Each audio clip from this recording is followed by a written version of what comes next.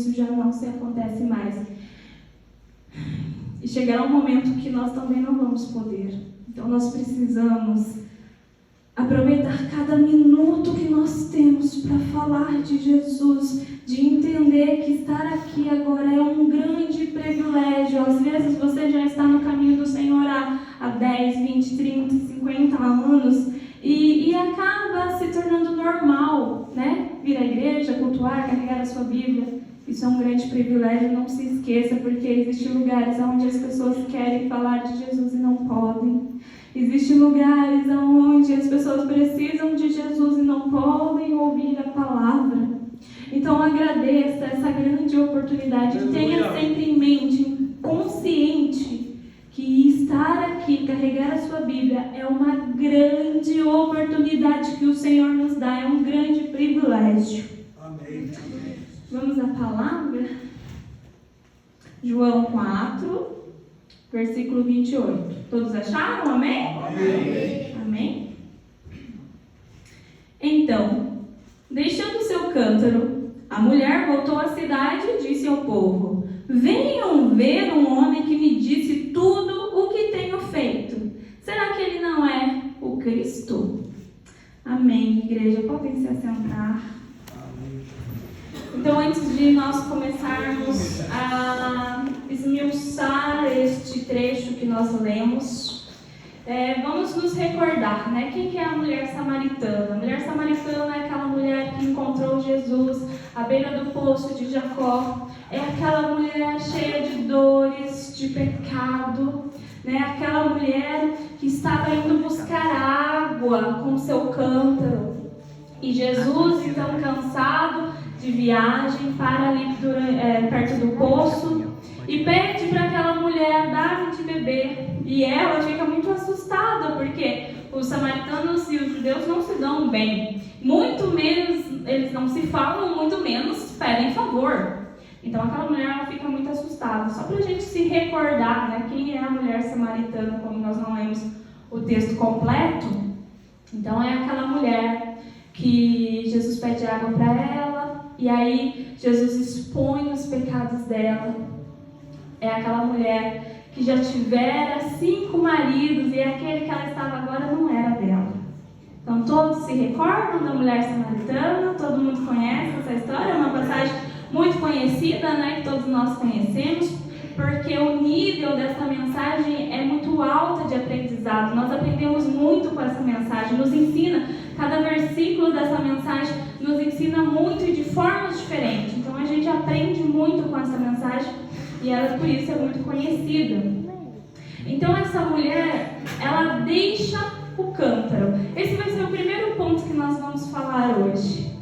O cântaro, ele significa a nossa vida terrena. Essa mulher, ela tinha um hábito, um ritual, né? Uma rotina. Ela ia todos os dias com seu cântaro, saía da sua casa, caminhava até o poço era fora da cidade, né? E ela ia com seu poço, buscava água, chegava lá, tinha que tirar toda a água, encher o cântaro e voltar para casa. Ela representa uma rotina, uma vida como a nossa vida. Nós temos rotina, nós acordamos, trabalhamos, pagamos as contas, comemos, dormimos, sim ou não? Nós temos, né? E o cântaro, ele representa exatamente isso. As coisas terrenas, as coisas da terra. E nós estamos com o nosso olhar tão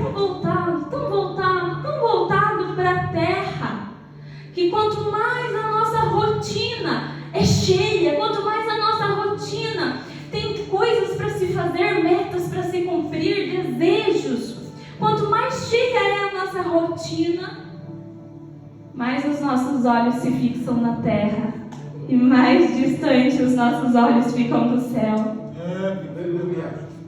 É ou não é? Quando a sua rotina está mais cheia, quando você está numa semana com mais coisas para se fazer, o seu olho fica mais voltado para a terra. Sim ou não? Ou só acontece comigo?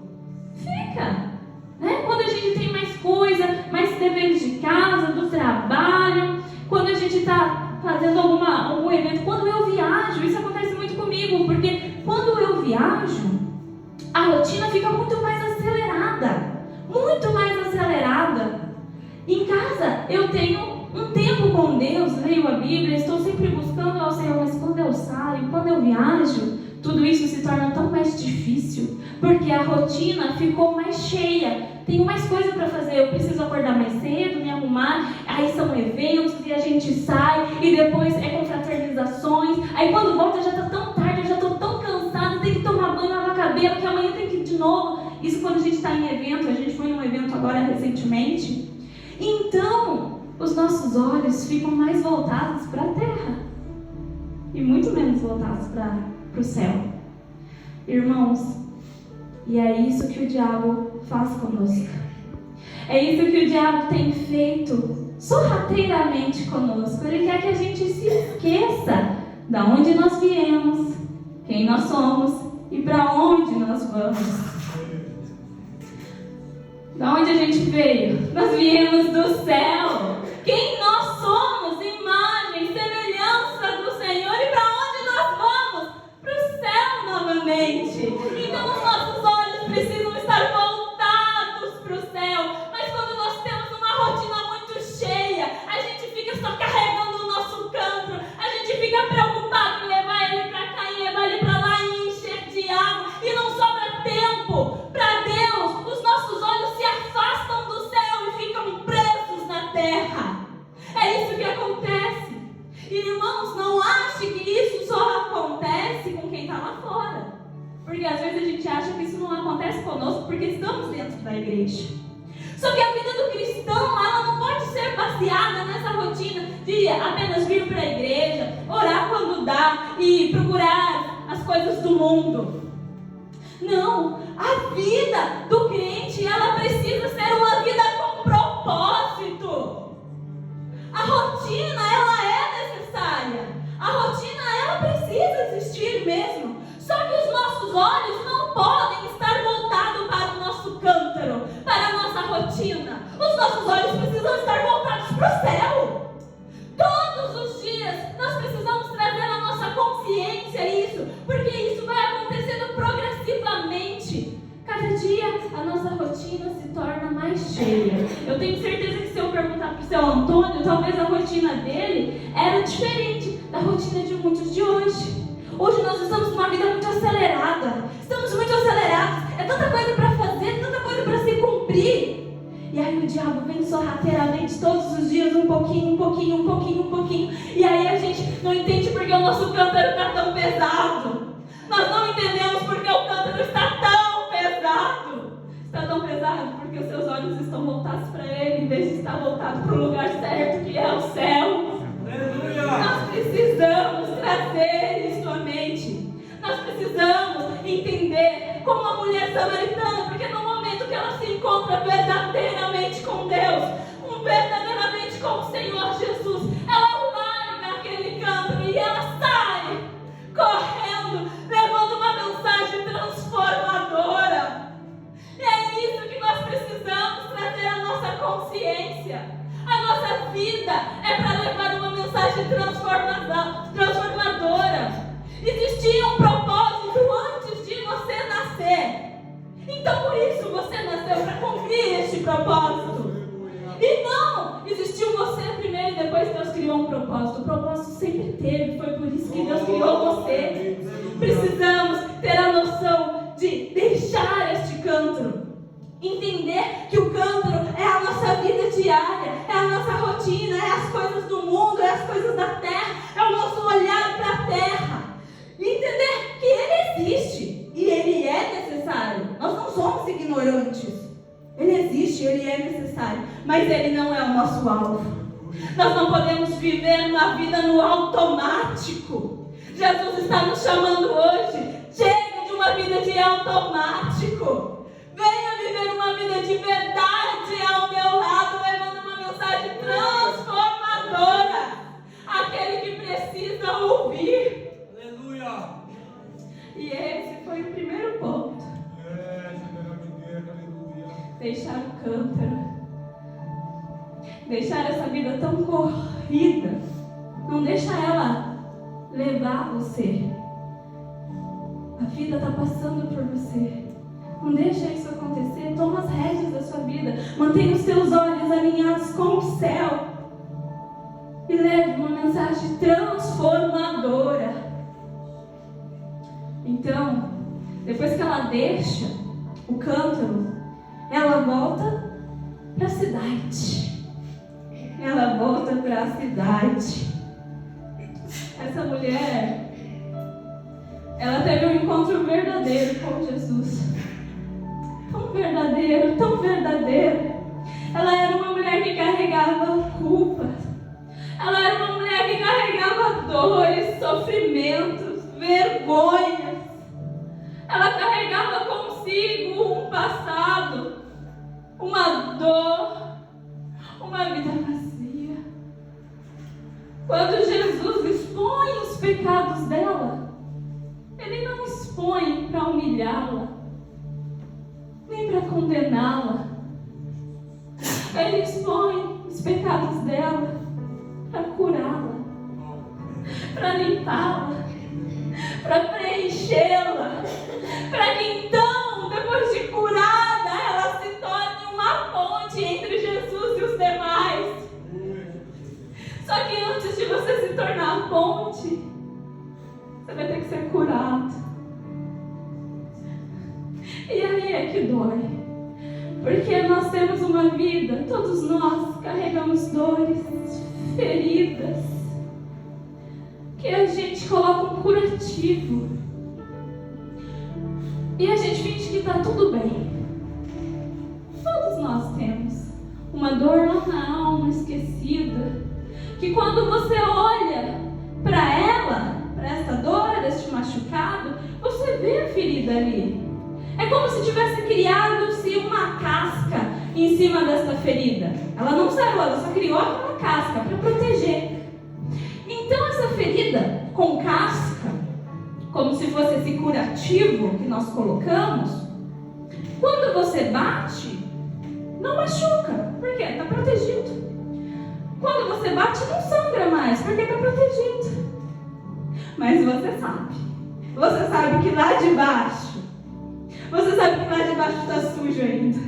Você sabe que lá de baixo precisa ser limpo. Você sabe que lá de baixo existem dores profundas da alma que não foram curadas. Você sabe. Só que o que a gente faz? Não, a gente não mexe no que está quieto. Porque se mexer naquilo, se eu mexer naquela ferida, se eu arrancar aquela ferida, se eu arrancar aquela casca, se eu tirar aquele curativo por cima, vai sangrar, vai estar sujo. Para limpar vai ter que doer. Para limpar vai ter que expor as dores que a gente quer tanto esconder. Vocês não entendem o motivo da minha adoração, de eu chorar todos os dias na presença do Senhor. Vocês não entendem porque eu bato palma. Eu sei o privilégio que é estar na presença do Senhor. Para que eu estivesse aqui hoje, antes de chegar aqui, antes de chegar nessa igreja, eu tive que me expor. Jesus teve que arrancar as minhas feridas.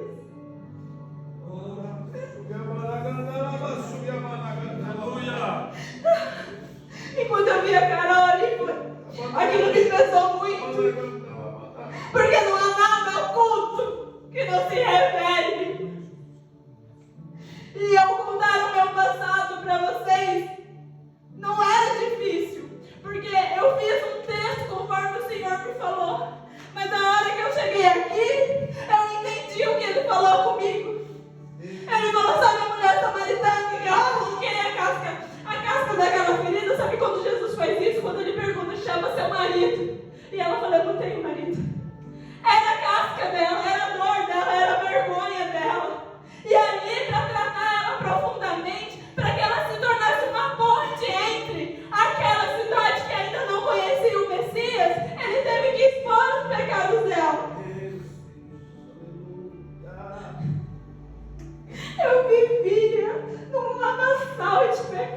no fundo do poço. Uma vida vazia. Essa mulher, ela tinha 5 maridos. Ela já tiveram 5 maridos porque ela buscava preencher a alma vazia que só Jesus pode preencher. Ela buscava em outros aquilo que só Jesus preencheria. Eu era uma mulher adúltera. Eu já adulterei. E o Diego soube, e ele sabia. Eu tinha 15 anos no início do nosso relacionamento. Eu já fiz 2 abortos. Eu tinha 15 anos. Namorava o Diego. E eu vivia com aquela culpa em mim. Uma culpa, um vazio profundo. E eu adulterei outras vezes. E daí ele não sabia. E quando eu me converti. E quando eu me converti, Jesus gritava no meu coração: se exponha. Conta pro seu marido. E eu não suportava aquilo dentro de mim. E eu falava: Diego, você não tem nada para me contar? Porque eu queria diminuir a minha culpa. Eu queria que ele também tivesse errado, porque eu queria diminuir a minha culpa. Ele falava: não, eu não tenho nada. E isso continuava. Diego, você não tem nada para contar? Se tiver, conta agora. Ele: não tenho nada. Eu falei: mas eu tenho, eu não aguento mais, eu preciso confessar. E eu confessei os meus pecados. Para que a gente se torne ponte, porque hoje vocês me veem como ponte, eu sou ponte, eu sei que eu sou. A gente só se torna ponte depois que a gente se encontra verdadeiramente e permite que Jesus exponha os nossos pecados. Eu fiz 2 abortos na minha adolescência. E quando a Antônia nasceu foi muito difícil. Quando eu fiquei grávida dela, eu tinha 24 anos. E toda aquela dor dos meus 15 anos voltou. O meu pai sempre falava: Michele, se você ficar grávida, eu vou te expulsar de casa. E quando eu tinha 15 anos e eu fiquei grávida, eu não sabia o que fazer. Eu fiquei desesperada. Então, quando eu engravidei da Antônia, é como se toda aquela dor do passado voltasse em cima da minha cabeça. Mas aí, conversando com o Diego, a gente já era mais velho, né? A gente já tinha mais trabalho, porque quando eu tinha 15 anos eu não tinha trabalho. O Diego tinha acabado de entrar na prefeitura, ganhava R$400. Agora a gente já tinha 24 anos, eu tinha 24, ele já tinha mais. E então ele me consolou ali, eu me lembro, né? E a gente entendeu e falou: não, a gente vai conseguir juntos. E aí eu fui contar para minha mãe. Mas ela não entendeu. E aí aquilo me bloqueou de tal forma que eu me sentia tão envergonhada. Porque eu não era casada, eu só namorava. E aquilo doía na minha alma e eu não conseguia ter um relacionamento com o bebê que estava na minha barriga, que é uma bênção do Senhor na minha vida. Quando eu engravidei da Antônia, o meu namoro com o Diego tinha acabado. Eu tinha outro. Não há nada oculto que não venha a ser revelado. E como a mulher samaritana teve que expor os seus pecados, as suas vergonhas, as suas dores. Quando eu me encontrei com Jesus, quando Ele me chamou depois da morte da minha tia, antes de eu chegar aqui, tudo isso Ele me tratou em casa, todas as minhas dores, para que hoje eu me tornasse uma ponte. E eu já sabia que esse momento chegaria, e eu não via a hora poder me expressar, de contar. Sabe por quê? Toda vez que eu pensava em contar isso para vocês, o diabo soprava no meu ouvido. Agora aqui, a seta dele aqui no meu ouvido. Não fala nada, fica quieta. Olha lá a Carol que te conhece de antes. Não fala nada, vai se expor por quê? Porque o seu passado na boca do diabo é culpa. Mas o seu passado na boca de Jesus é testemunho. Oh, aleluia. Então essa mulher samaritana, ela se tornou uma ponte entre Jesus e aquela cidade. Por isso ela volta para a cidade e ela não se preocupa mais se aquelas pessoas gostavam ou não dela. Ela não se preocupa mais se aquelas pessoas humilhavam ela, se aquelas pessoas tinham algum problema com ela, se ela era excluída. Porque quando você tem um encontro verdadeiro com Jesus, Ele te cura e não tem mais dor, não tem ressentimento, e você consegue voltar no lugar da sua dor. Você consegue voltar no lugar da sua dor. Essa cidade era a dor dessa mulher, ela tinha tudo para não voltar lá e falar para eles que ela encontrou Cristo, porque todos estavam à espera de Jesus. Ela tinha tudo para não voltar lá. Ela poderia pensar assim: eu voltar naquela cidade onde eu fui humilhada, onde eu fui mal vista. Mas essa é a graça de quem se encontra com Jesus e expõe as suas feridas e permite que Ele te cure por completo. A água da vida, você bebe da fonte e ela te enche e transborda através da sua vida. Essa mulher foi ponte. Ela voltou para a cidade. Ela falou: venham ver este homem que sabe da minha vida. Venham ver este homem. Ela foi ponte.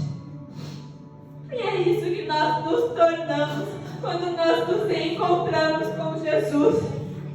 Antes de ser a ponte, Ele te trata, Ele te cura, Ele expõe a sua dor, a sua vergonha, as suas feridas. Aí Ele te limpa. E aí sim você está pronto para se tornar uma ponte entre Jesus e os outros. Nós precisamos ser pontes, nós precisamos expor os nossos pecados. E cada um sabe a dor que carrega. Cada um sabe se tem algo que está escondido no fundo da alma e precisa ser exposto. Cada um aqui sabe das suas próprias dores. Sabe aonde dói, aonde você finge que não dói, mas você sabe que lá Jesus ainda não entrou porque você não expôs. Exponha as suas dores para que Jesus te cure completamente, para que você de fato tenha uma cura completa, para que de fato você esteja pronto para se tornar uma ponte, porque não tem como você curar se você não está curado. Você só ajuda a curar se você é curado, e para você ser curado você precisa se expor. Mas ninguém quer se expor porque expor dói.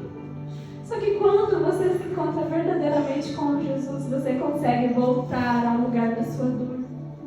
Você consegue voltar ao lugar da sua dor. Você consegue falar sobre a sua dor. E a sua dor que era culpa se torna testemunho. Para que as pessoas vejam de onde Jesus te tirou. Para que outras pessoas não vivam a dor que você viveu. Para que outras pessoas não passem pelo que você passou. Nós bebemos da água direto da fonte. Todos os dias buscando o Senhor, lendo a palavra, vindo no culto, orando. Isso é beber direto da fonte. E aí esta fonte jorra em nós, nos preenche, nos cura e transborda. E aí nós somos pontes para outras pessoas. Mas algumas pessoas, elas escolhem ser barreiras. Algumas pessoas escolhem ser barreiras entre Jesus e os outros. Algumas pessoas bebem direto da fonte. E Jesus as enche. E aí chega na hora de transbordar. Acontece assim, ó. Essa é a água querendo transbordar. E você se torna uma barreira, não permitindo que a água flua através da sua vida. E aí você pode se tornar uma barreira, não permitindo que a água flua e alcance os demais. Porque esta água da fonte da vida, ela gera sede em quem não conhece Jesus. Ela gera sede, ela gerou sede. A samaritana levou o testemunho dela e gerou sede naquelas pessoas. A ponto dessas pessoas virem até Jesus e ficarem com Ele. Então, eles mesmos começaram a tomar a água direto da fonte. Mas por quê? Porque através do testemunho dela, ela gerou sede neles. E aí vocês veem que no final eles falam assim: mulher, agora nós cremos, mas não somente pelo seu testemunho, porque nós mesmos ouvimos e vimos que Ele era Cristo. Assim é a nossa vida. Seja uma ponte que gere sede em outras pessoas. Não se torne a barreira. Você se torna a barreira toda vez que você se cala. Você se torna a barreira toda vez que você não abre a sua boca. Você se torna a barreira toda vez que você não se posiciona. Você se torna uma barreira toda vez que você tem vergonha. Toda vez que você não testemunha. Toda vez que você não dá um conselho. Toda vez que você se torna uma barreira entre Jesus e alguém, você está tirando a oportunidade desta pessoa conhecer a Cristo. Toda vez que você se torna uma barreira entre Jesus e alguém, você está tirando a oportunidade desta pessoa ser salva. Isto é muito sério. Isto é muito sério. Não podemos ser barreiras. Para a gente finalizar, a gente fala assim: Michele, eu não falo, eu não testemunho, eu não falo de Jesus, não dou um conselho, mas o meu comportamento fala por mim. Ótimo, isso é abençoado e está certo, o seu comportamento fala mesmo por você. Porque haverá momentos que o seu comportamento estará sendo avaliado, estará evangelizando através do seu comportamento, do seu posicionamento. Mas haverá momentos, oportunidades que o Senhor vai te dar, que o evangelismo vai acontecer pela sua boca. Por um testemunho, por uma palavra, por um conselho baseado na Bíblia. Nós precisamos entender que o meu comportamento não tira a necessidade de falar. Um não substitui o outro. Eles se complementam. Eles se complementam. Por isso Paulo fala na carta de Colossenses que nós devemos aproveitar todas as oportunidades e ter este discernimento, esta sabedoria, este feeling de entender que naquele momento, como eu devo evangelizar? Será que é no meu comportamento? Será que é no meu posicionamento? Será que é na minha fala? Será que é no meu testemunho? A gente precisa buscar a Deus e pedir a Ele esta sabedoria de entender naquele momento que você se encontra com alguém, como você pode evangelizar. Se vai ser num testemunho, num comportamento, num posicionamento. E entender que ambos, eles se complementam. E eu agradeço muito esta oportunidade de poder falar de Jesus, falar o que Ele fez na minha vida, de falar sobre a transformação que Ele causou em mim, a grande oportunidade e privilégio que Ele me deu de estar aqui hoje. Vamos orar?